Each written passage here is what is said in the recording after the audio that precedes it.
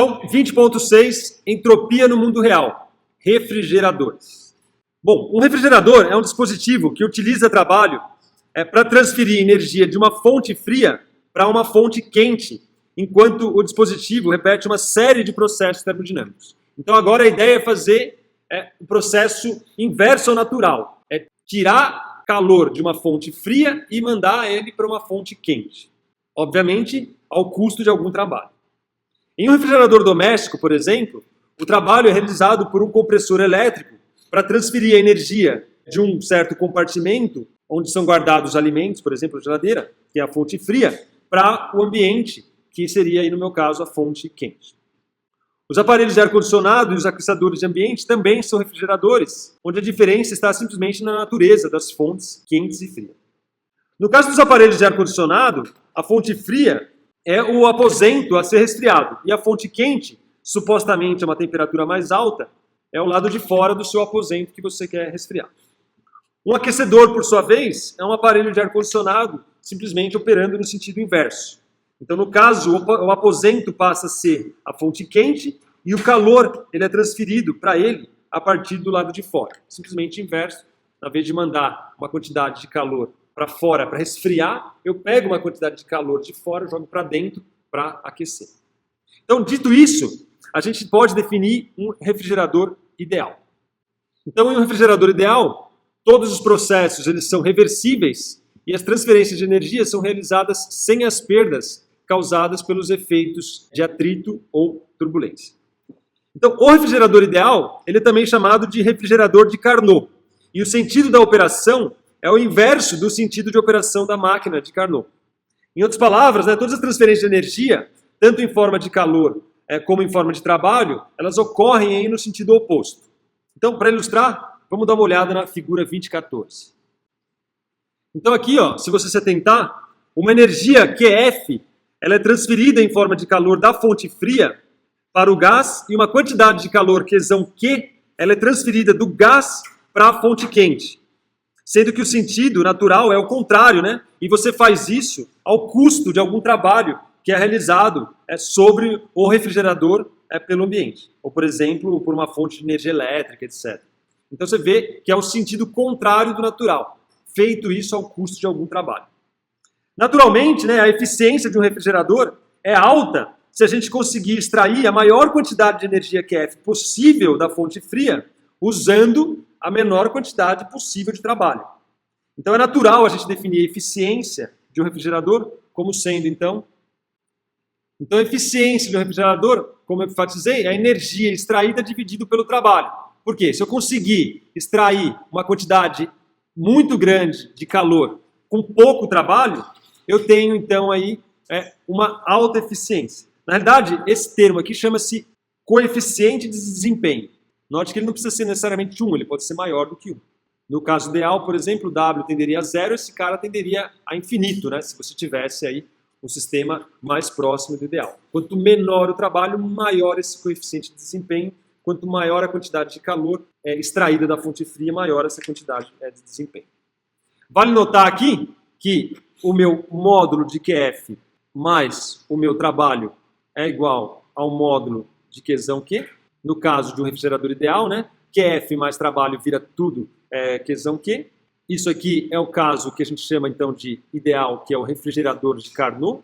De forma então que o coeficiente de desempenho de um refrigerador de Carnot, esse aqui é o coeficiente de desempenho para qualquer refrigerador. Para o caso do refrigerador de Carnot, eu ponho o índice C aqui então, substituo essa igualdade aqui, eu consigo então escrever módulo de QF dividido, o trabalho nada mais é do que Qzão Q menos Qzão F, então fica Qzão Q menos Qzão F. Essa aqui é a eficiência, o coeficiente de desempenho de um refrigerador de Carnot. Além disso, no caso ideal, a gente tem novamente um processo cíclico, de forma que, novamente, assim como na máquina de Carnot, a variação da entropia como um todo é igual a 0, e isso aqui nada mais é do que a variação da entropia da parte Q, mais a variação da entropia da parte F. A variação da entropia na fonte Q e a variação da entropia na fonte fria. Isso aqui é igual a 0, e isso aqui nada mais é do que Qzão Q sobre Tq menos Qzão F sobre Tf. se atentando, né, que durante todo o processo a temperatura é constante, né? Então a quantidade de calor sobre a temperatura me dá a variação de entropia. Isso aqui é igual a zero, de forma então que eu posso escrever, isso aqui é igual a zero, só enfatizando, porque é um ciclo, né? Então daqui eu consigo escrever que o meu Qzão Q nada mais é do que o Qzão F sobre TF, que multiplica TQ, substituindo o Qzão Q aqui em Kc, então uma álgebra básica, só fazer rapidamente. Então isso aqui me dá Qzão F dividido, vou trocar o Qzão Q por essa expressão aqui, então aqui vai ficar QF sobre TF, que multiplica TQ, menos o módulo de QF. Posso colocar o QF em evidência aqui embaixo, então fica aqui QF, aqui fica QF, aqui vai ficar TQ sobre TF menos 1. Esse cara vai se embora com esse. Esse 1 aqui, ó, eu vou trocar ele por TF sobre TF. TF sobre TF é 1, tá certo? Então não muda nada. E aqui então eu tenho um divisor comum aqui. Então isso aqui nada mais é do que TF sobre TQ menos TF. Esse aqui é o meu desempenho de um refrigerador de Carnot.